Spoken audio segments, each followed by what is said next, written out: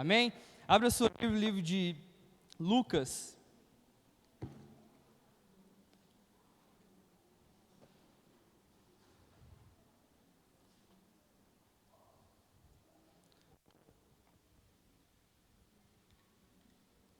Lucas capítulo 11.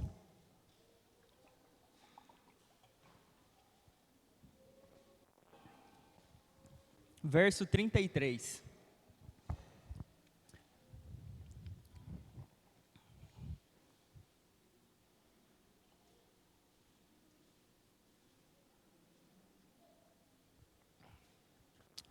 Quem achou diz amém? Lucas 11, 33 diz assim: Ninguém acende uma candeia e a coloca em um lugar onde fica escondida ou debaixo de uma vasilha. Ao contrário, coloca no lugar apropriado, para que os que entrarem possam ver a luz. Os olhos são a candeia do corpo. Quando os seus olhos forem bons, igualmente todo o seu corpo estará cheio de luz. Mas quando forem maus, igualmente o seu corpo estará cheio de trevas. Portanto, cuidado para que a luz que está em seu interior não sejam trevas. Feche seus olhos. Pai, nós te damos graça. Obrigado por essa noite, obrigado por esse calor, obrigado pela tua provisão, pela tua bênção, pelo teu favor, pela tua graça, pela tua bondade. Obrigado por nos reunir aqui mais uma vez e compartilhar da sua graça e do seu favor sobre nós. Nós somos gratos ao Senhor, assim nós te agradecemos, que o Senhor possa penetrar nos nossos corações através da Tua Palavra e que nós saímos deste lugar totalmente transformados pelo poder dela. Assim nós te pedimos, em nome de Jesus. Amém e graças a Deus. Amém? Eu estava já há algumas semanas meditando sobre esse texto e meditando sobre mais algumas coisas. E esse texto ficou martelando no meu coração, né? O contexto disso aqui, Jesus ele estava combatendo os fariseus, né? Porque os fariseus, eles tinham uma mentalidade de colocar um encargo sobre as pessoas e eles, propriamente dito, eles não cumpriam, né? Então eles estavam acostumados a pedir que as pessoas fizessem algo e que talvez eles, na maioria das vezes, não estavam dispostos a fazer. E aí Jesus ele começa a combater eles, e nesse momento ele começa a falar de algo muito prático, né? Ele vai falar assim, né? Ninguém acende uma candeia e coloca num lugar onde fica escondido e nem debaixo de uma vasilha, né? Antes coloque em um lugar apropriado para que ela possa iluminar toda a casa, né? A candeia, para quem não sabe o que é uma candeia, quem que já viu algum filme do Aladim ou do Gênio da Lâmpada, alguma coisa assim, né? Aquela lâmpada de onde que o gênio sai, que lá se assemelha muito a uma candeia, né? Então, o que ele está falando aqui? Ele está falando aqui que, ó, eu vou transliterar para os nossos dias aqui atuais, né? O eletricista, quando ele vai na sua casa para fazer a instalação da luz, ele não vai instalar a luz debaixo da porta, vai? Vai? Ele vai instalar debaixo da sua cama? Não, ele vai instalar atrás do vaso?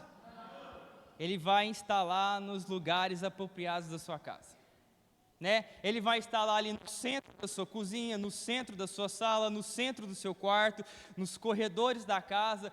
Por quê? Porque são os lugares apropriados para iluminação, né? Então o texto começa falando disso, né?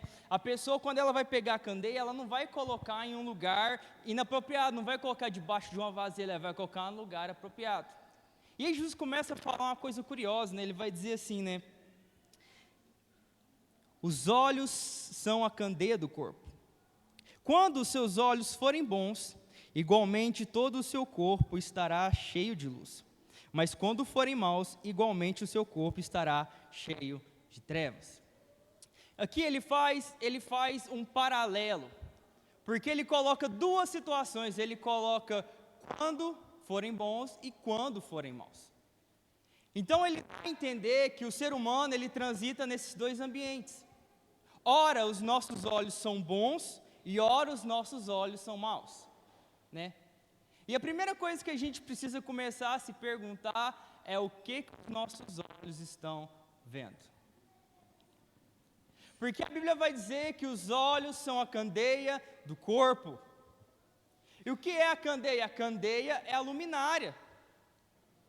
É o que vai apontar a direção, é o que vai apontar o caminho, é o que vai dar destino. Então ele está dizendo que os nossos olhos são a candeia do nosso corpo. Em algumas traduções está dizendo que os nossos olhos são as janelas da alma. Então, para onde os nossos olhos estão apontando? Porque ele está dizendo que a nossa condição interna está condicionada ao que os nossos olhos estão vendo. Ele está dizendo que o que vai depender de nós e do nosso estado está condicionado a como os nossos olhos se comportam. Então, o que nós vemos, o que nós observamos, por onde nós vamos, porque como eu disse, a candeia, ela está ali, ela serve como luminária, ela está dando destino, né? Ela está dando direção. Então, os nossos olhos também estão dando destino e direção para o nosso corpo. E aquilo que nós estamos enxergando está determinando o que está dentro de nós. Sabe, a gente costumou muito ouvir um texto que dizia assim, ó, o que contamina o corpo do homem não é o que entra, mas é o que? Mas esse texto está dizendo que dependendo do que eu vejo, também contamina. Então talvez não apenas é o que sai, mas também o que entra contamina. Sabe o que isso me diz? Isso me diz que eu preciso ter uma atenção redobrada.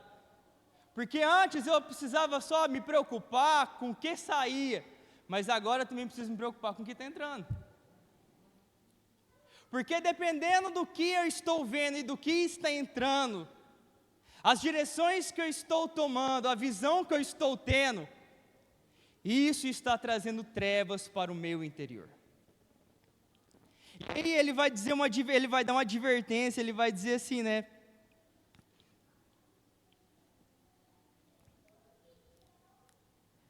Portanto, cuidado para que a luz que está em seu interior não seja trevas. Sabe, ele está dizendo isso aqui, porque tem muita coisa que tem aparência de boa, mas não é. Tem muita coisa que parece ser, mas não é. Né? A gente já ouviu um ditado muito famoso que diz assim, nem tudo aquilo que reluz é ouro. Nem tudo que tem aparência de Deus é de Deus, né?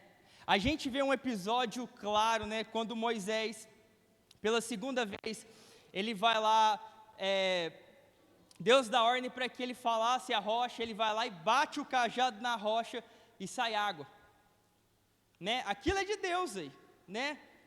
Porque não tem como não ser de Deus. Quem que ia fazer brotar água de uma rocha pela segunda vez batendo um cajado? Aquilo ali tem cara de Deus, não tem como não ser de Deus. Mas tem muitas coisas que parecem ser, mas não são. Tem muita coisa que a gente faz na intenção de agradar a Deus, dizendo que, poxa, eu vou agradar a Deus, eu estou movendo desse jeito, e de repente você ouve uma repreensão de Deus, falando assim, não é para você fazer isso. Quantos aqui já passaram por essa situação, de ter a impressão de estar fazendo algo certo, e Deus te repreender falando que não é isso que você deveria fazer. Eu, por algumas circunstâncias, por alguns momentos, eu passei por situações em que eu achava que realmente era o que Deus queria, né? A gente às vezes tem aquela expressão, não tem como isso não ser de Deus.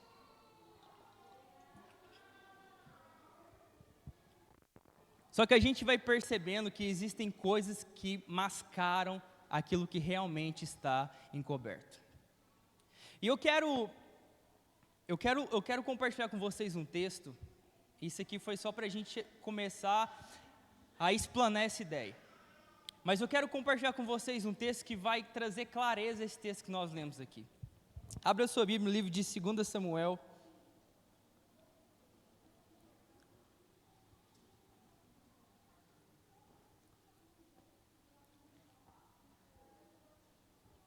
Segunda Samuel, capítulo 11.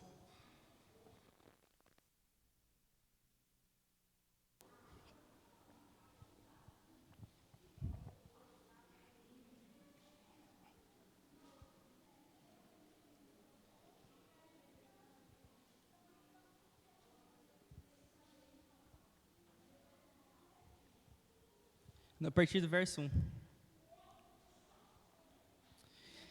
Diz assim, ó: na primavera, época em que os reis saíam para a guerra, Davi enviou para a batalha Joabe com seus oficiais e todo o exército de Israel. E eles derrotaram os amonitas e cercaram Rabá, mas Davi permaneceu em Jerusalém. Uma tarde, Davi levantou-se da cama e foi passear pelo terraço do palácio. Do terraço, ele viu uma mulher muito bonita, tomando banho, e mandou alguém procurar saber quem era. Disseram-lhe: é Betseba, filha de Eliã, e mulher de Urias, o hitita. Davi mandou que a trouxessem e se deitou com ela, que havia acabado de se purificar da impureza da sua menstruação. Depois, voltou para casa. A mulher engravidou e mandou um recado a Davi, dizendo que estava grávida. Em face disso, Davi mandou esta mensagem a Joabe: envia-me Urias, o hitita. E Joabe o enviou.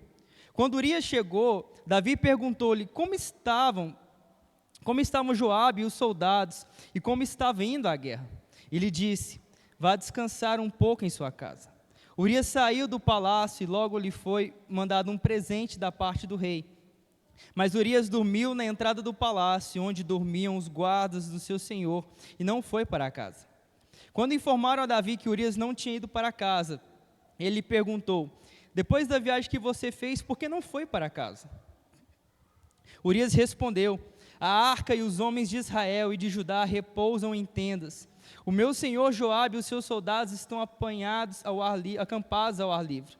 Como poderei eu ir para casa para comer, beber e deitar-me com a minha esposa? Juro por teu nome e por tua vida que não farei uma coisa dessas.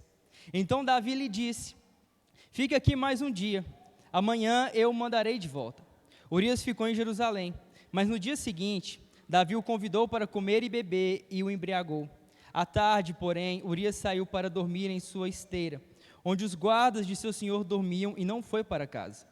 De manhã, Davi enviou uma carta a Joabe por meio de Urias. Nela escreveu: põe Urias na linha de frente e deixe-o onde o combate estiver mais violento, para que seja ferido e morra.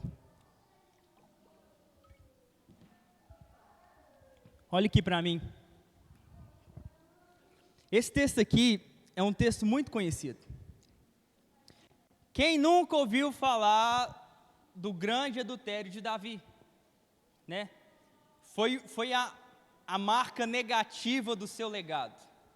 Né? E a gente estava estudando isso aqui no Lar de Paz, né? Semana retrasada. E na hora que quem estava ministrando era o Robert, na hora que ele começou a falar desse texto, cara, eu comecei a viajar assim. Eu parecia que eu estava andando pelo corredor com o Davi e vendo as coisas acontecendo, né? E aí, Deus começou a trazer algumas coisas ao meu coração. Primeiro, o texto começa a falar que eles estavam em guerra contra os amonitas.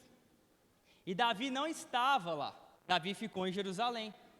E o texto vai dizer que era primavera, né? E o que acontece na primavera?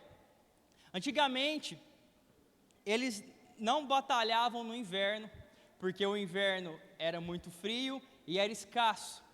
Então, na época da primavera, era um momento apropriado para se ir para a guerra. E os reis de Israel, eles tinham um diferencial dos demais reis. Por quê? Porque naquela época, os outros reinos, eles mandavam apenas os seus vassalos para a guerra. Mas os reis de Israel, eles sempre acompanhavam o seu povo. Davi, ele era um guerreiro notório, né? É tanto que quando você vê o processo ali de Saul contra Davi, você vai ver quando as mulheres estavam festejando, né? Saul matou centenas e Davi matou centenas de milhares. Ele era um homem extraordinário. E aí esse homem extraordinário, ele deveria estar numa posição e ele não assumiu a posição que ele deveria estar. E pelo fato dele não estar na posição que ele deveria estar, ele se tornou alvo fácil, né? Quando nós não estamos na posição que Deus nos chamou para estar, nós nos tornamos alvos fáceis. Então Davi, ele estava no palácio, e aí ele decide, uma bela tarde, passear pelo seu terraço, né? Pela sua cobertura. Então ele está passeando pela cobertura, e ele começa, pela cobertura do palácio, você conseguia ver todas as casas que estavam em volta. E ele começa a ver uma mulher bela se banhando, né? E a Bíblia fala que ele viu. E não apenas viu, porque ele começou a falar que ela era bonita, que ela era formosa. Meu irmão, ele não só deu uma olhadinha e virou, né? Ele contemplou a beleza de Betseba. E aí, você conhece essa história, né? Ele já ficou doido, porque a mulher era bonitona. Ele pede para um dos seus criados chamar ela, e ele se deita com ela. E uma coisa que a Bíblia faz questão de dizer, é que ela estava no seu fim do seu ciclo de purificação. Ou seja, né, não tem como o filho que ela esperaria futuramente não ser de Davi. Porque ela estava no seu processo do fim da sua menstruação, né? Você conhece a história, Davi se deita, ela engravida, e aí, Davi só deitou com ela uma vez, e depois o pecado vem à tona. E aí, quando Davi ouve falar disso, ele começa a ficar louco, né? Cara, o que eu vou fazer agora, porque essa mulher ficou grávida, eu fiz uma cagada gigantesca, né? O que eu vou fazer agora? Já sei. Eu vou chamar Urias, e aí eu vou chamar ele para cá, ele se deita com a mulher dele, todo mundo vai achar que o filho é dele, e eu tô safo, né? Ele chama Urias vem, e quando Urias chega, ele fala assim: e Urias, como é que está a guerra lá? Ele falou assim: rapaz, a guerra está difícil, a gente não conseguiu ainda tomar Rabá, e Joabe e o seu exército está acampado lá, e não sei como é que está lá, está difícil e tal. Então Davi fala o seguinte: não, cara, você é um cara esforçado, né? Você é um cara dedicado, né? Fala o seguinte: vai lá e se deita com a sua mulher, vai para casa, descansa, depois a gente conversa. A Bíblia fala que Urias, ele sai, ele vai até onde que os guardas do palácio dormiam, e ele vai se deitar onde que eles dormiam. No dia seguinte, Davi fica sabendo que Urias não foi para casa. E aí ele começa: não, esse cara está de sacanagem, né? Vamos lá. Urias, vem cá.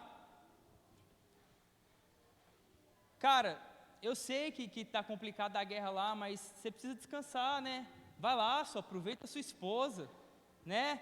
Vai lá, curte um pouco. E aí ele vai lá e quebra Davi. Porque ele fala assim: ó, cara, eu não consigo ir para minha casa, eu não consigo descansar em paz, eu não consigo deitar com a minha esposa sabendo que a Arca da Aliança e o Joabe e os seus guerreiros estão na batalha, eles não têm um lugar bom para reclinar a cabeça, e eu vou ficar aqui tranquilo. E aquilo deixa Davi mais indignado ainda. E aí então Davi tenta apelar, Davi tenta embebedar Urias. E Urias, ele é embebedado, mas mesmo saindo de lá embriagado, ele sai e volta a se deitar onde os guardas dormiam. Então Davi entendeu que ele não conseguiria persuadir Urias, então ele toma uma decisão drástica.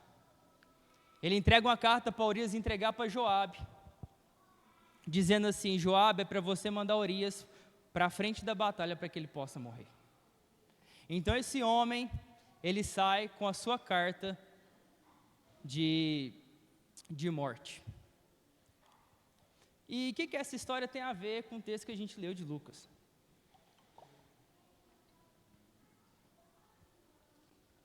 Quando você olha para a história de Davi, você vai ver um homem extraordinário. Davi era um homem de uma posição, Davi era um homem de uma direção, Davi era um homem de uma visão extraordinária.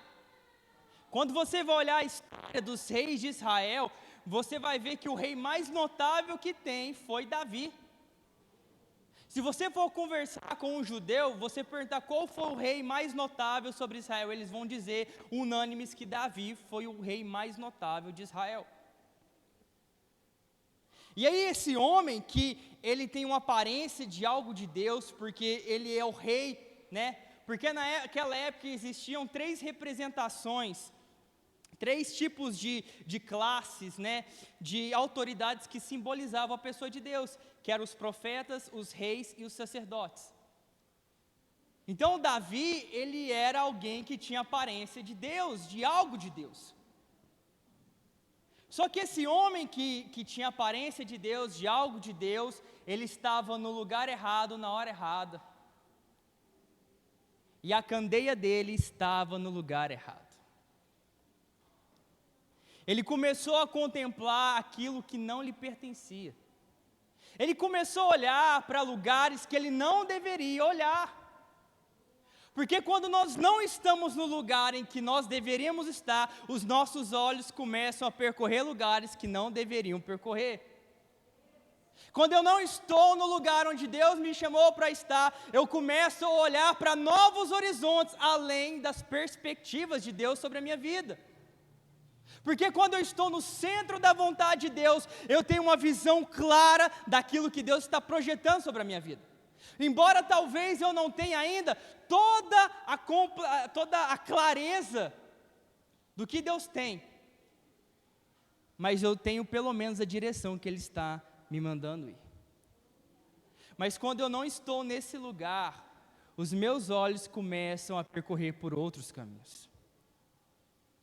E sabe o que é uma coisa interessante disso? Aquilo que você vê diz muito do lugar onde você está.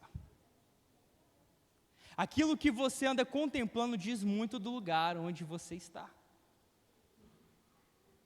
Porque aquele homem era para estar na guerra, era para ele estar olhando os amonitas, e já era para estar vendo a vitória certa. Mas ele estava no terraço do seu palácio, contemplando a mulher do próximo.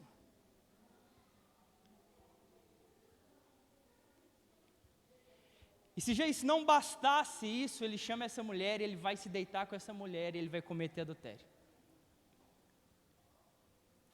E aí vem uma coisa, né?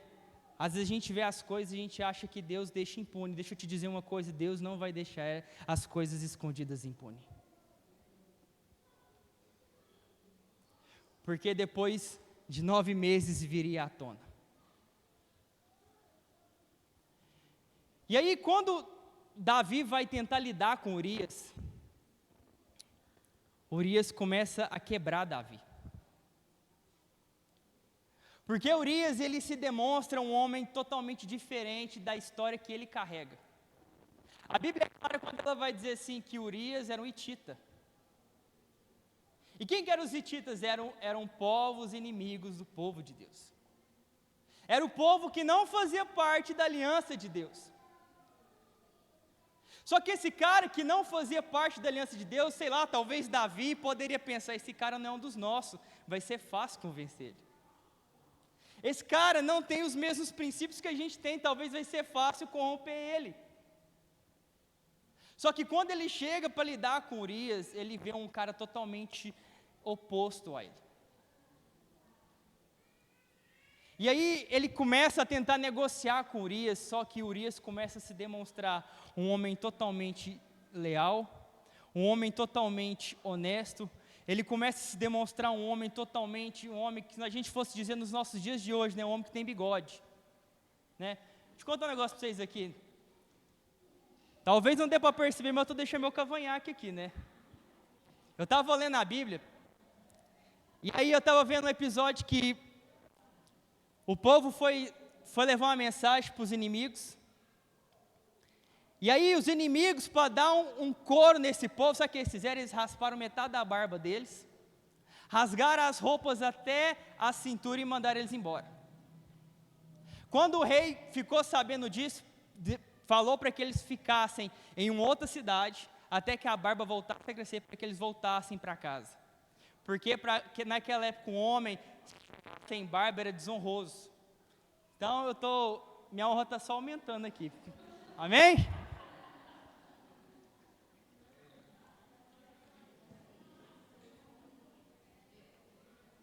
Mas voltando, Davi começa a se deparar com alguém muito melhor do que ele. Eu penso que Davi começa a ser confrontado, porque talvez essa era a posição que ele deveria ter. E Urias, ele se demonstra um homem honroso, um homem de hombridade, um homem honesto, um homem digno, um homem sério com as coisas. Porque o dizer dele para mim, cara, é esmagador. Quando ele diz assim, eu não posso ir para minha casa e descansar a minha cabeça em paz, sabendo que os meus irmãos estão na guerra. Sabe, é alguém que pensa no coletivo, e isso não era para ser a visão dele, era para ser a visão de Davi. Ele que era para não conseguir descansar às tardes, sabendo que os seus estão guerreando enquanto ele estava descansando. Porque é muito mais fácil, né, a gente chegar aqui, irmão, ora por nós, né? Você quer que alguém esteja à frente da batalha, mas você não se dispõe a estar na frente da batalha, né? Você ainda tem até coragem de entregar seu nome aqui no círculo de oração, mas não tem coragem de vir.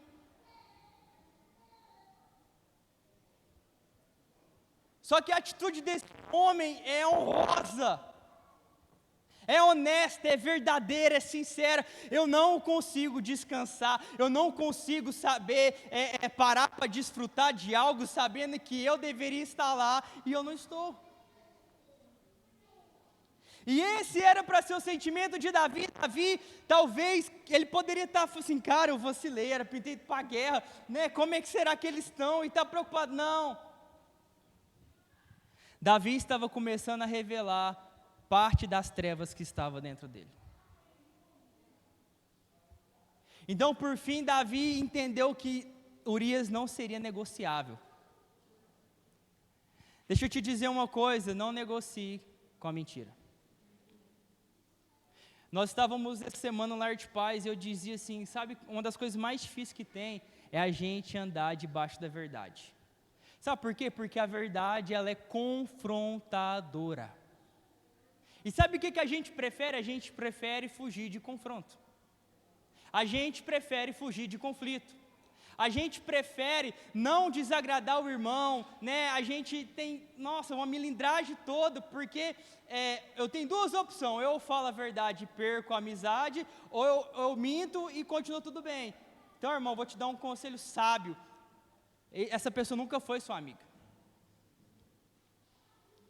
Porque se a pessoa que anda do seu lado, ela não consegue lidar com a verdade, então ela não serve para andar com você.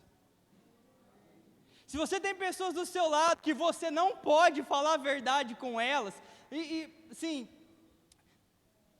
as rosas têm espinhos, mas elas são belas, então saiba falar da forma correta, né? Embora a rosa tenha espinho, as pessoas recebem, mas porque ela tem aparência de bonita. Então, você consegue transmitir uma verdade com as palavras certas. Mas se tem pessoas ao seu redor que não conseguem lidar com a verdade, você precisa repensar as pessoas que estão ao seu lado. E aí, Davi entende que não é negociável, que não consegue, então ele fala assim, a única forma que tem é mandar Urias para a guerra para ele ser morto. E se isso não bastasse, ele faz uma carta escrevendo o decreto de morte do homem. E Urias carrega o seu decreto de morte sem saber. Né? Talvez, se fosse outra pessoa, até abriria a carta, né, para ler o que o rei está mandando. Mas Urias era um homem honesto, honroso, era um homem de verdade. E ele leva essa carta até Joabe. E sabe qual que é o final da história? Deixa eu te contar o final da história. Joabe, ele vê a carta, eles estão lutando contra os amonitas em plena guerra, e os amonitas, eles recuaram para as muralhas da cidade. E quando eles estão ali nas muralhas, qualquer pessoa que chegasse perto da muralha seria atingido por flechas. Então Joabe reuniu uma galera, né? E coloca Urias no meio dessa galera e fala assim, vai lá, bater no portão lá. Quando eles chegam lá, as flechas são lançadas e eles morrem. Joabe depois manda uma carta para Davi para falar, o serviço está feito. Mas o que eu quero dizer com tudo isso? Eu quero te dizer, a Bíblia nos adverte para que nós tomemos cuidado, para que talvez a luz que há em nós não sejam trevas. E vai chegar momentos em que a luz que há dentro de nós, ela terá que ser exposta. E talvez aquilo que nós julgamos ser luz durante tanto tempo não é luz, mas sim trevas. Davi tinha a aparência de um homem de Deus, Davi tinha a aparência de algo de Deus, mas em um determinado momento o que ele revelou foi trevas. Você pode talvez até 20 anos de cristão, você pode 20 anos orar, ler Bíblia, jejuar uma vez por semana, você pode ofertar, você pode dizimar, você pode, sei lá, você pode limpar a igreja, pode fazer o que você quiser, meu amigo. Mas se os seus olhos não forem bons, você acabará escondendo trevas dentro de si. E sabe por que isso é muito pontual? Isso é pontual porque Davi não era qualquer um. E às vezes a gente tende a achar que pela nossa posição, isso não pode nos pegar. E sabe qual que é uma das definições dos olhos bons? São olhos humildes. Então a forma como você vê as coisas, diz muito daquilo que você acaba guardando dentro de você. Porque os seus olhos, eles são filtro daquilo que entra dentro de você. Então você começa a olhar algumas coisas e você começa a deixar aquilo começa a entrar tão mal dentro de você, aquilo cai para o seu coração e você começa a esconder trevas dentro de você. Só que se você começar a ter um olhar humilde diante das situações, diante das circunstâncias, diante das coisas, você começará a deixar a luz entrar dentro de você. Sabe, nós precisamos parar e nós precisamos fazer da mesma forma como Jesus nos adverte, cuidado para que a luz que está dentro de você não seja trevas.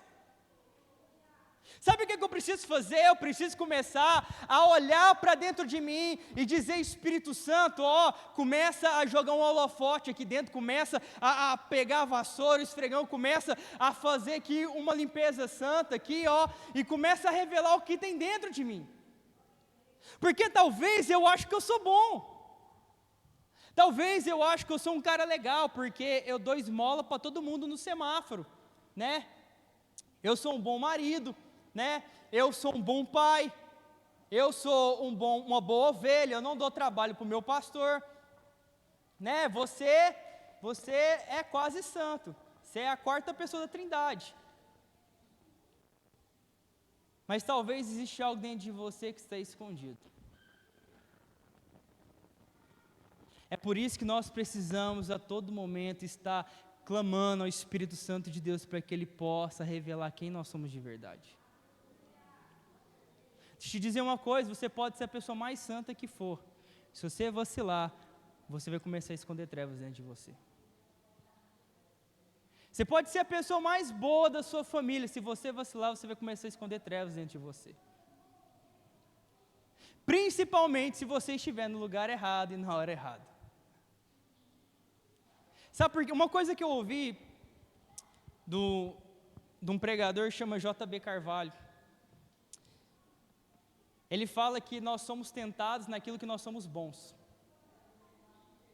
Porque naquilo que a gente não é bom, a gente depende da graça de Deus, então é se Deus fizer. Mas naquilo que a gente é bom, a gente precisa vigiar 30 vezes mais para que a gente não se encha de orgulho. Por quê? Porque o diabo vai estar à espreita procurando você nos lugares onde você julga que você não é pegável. Né? Nas posições, nos lugares onde você julga que aqui eu estou num lugar que, coitado do diabo, ele nem chegar nem perto de mim, né?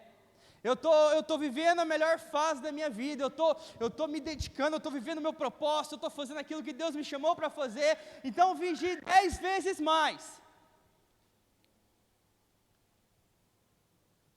Porque o diabo está à espreita, querendo te provar, te testar, naquilo que você julga ser bom. Você vai ver que um dos momentos da vida de Davi, ele falha, Porque a Bíblia vai dizer que ele vai querer fazer um censo no meio do povo, ele vai querer contar o povo. Por quê? Porque o coração se enche de orgulho, ele quer contar quantas pessoas estão no seu comando, e depois ele acaba colhendo a consequência disso. Às vezes a gente começa a deixar o orgulho entrar. E deixa eu te dizer uma coisa, não tem como você ter olhos bons sendo orgulhoso. Eu já falei isso aqui, eu quero dizer novamente, meu querido, Deus não tem prazer em orgulhosos. Sabe o que ele fala, o que ele faz com o orgulhoso? Abate. Ele abate. Por quê? Porque não tem como coabitar, permanecer, caminhar, comungar juntos um soberbo e Deus. Então uma das coisas que define, que vai servir para você saber filtrar que tipo de olhos você tem, é se você é humilde ou não. Porque aquele que anda no caminho da humildade, os seus olhos estão purificados para ver aquilo que ele precisa ver. Agora aquele que anda em caminho de soberba, de altivez, de orgulho, de prepotência, esse, meu amigo, não está vendo um palmo na sua frente e está com os dias contados para Deus abater. Então eu quero te despertar, para que você comece a repensar o que você tem visto. O que tem entrado, e eu quero novamente frisar, o que contamina o homem não é apenas o que sai, mas também o que você anda vendo. Aquilo que você está absorvendo. Por quê? Porque nós só podemos derramar, nós só podemos entregar daquilo que nós estamos transbordando. E se você está transbordando de pecado, de impureza, de concupiscência, de toda podridão, meu amigo, você só vai contaminar quem está perto de você. Fique de pé no seu lugar.